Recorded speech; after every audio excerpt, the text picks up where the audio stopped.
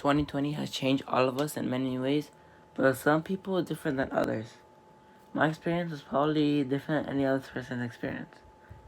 2020 started off as a normal year, but it started getting weirder and weirder. When I first found out that we were going to be quarantined because of this thing called the coronavirus, I was confused, but at the same time a little bit scared. As I started to find out what it was, I wasn't confused as before, but I was still a little scared. As the pandemic was about to end, the city announced that we were going to continue a pandemic and that we're not going to come back to school until next school year.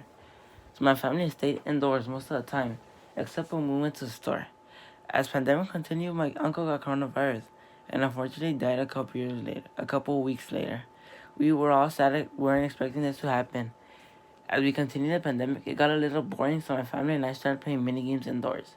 We did this for about a month, but then stopped. My siblings and I continued playing board games, playing football, and playing video games. Pretty much every day we had the same routine: wake up, eat, play games, continue playing, and eat one last time. But when school started, it wasn't the same routine as every day.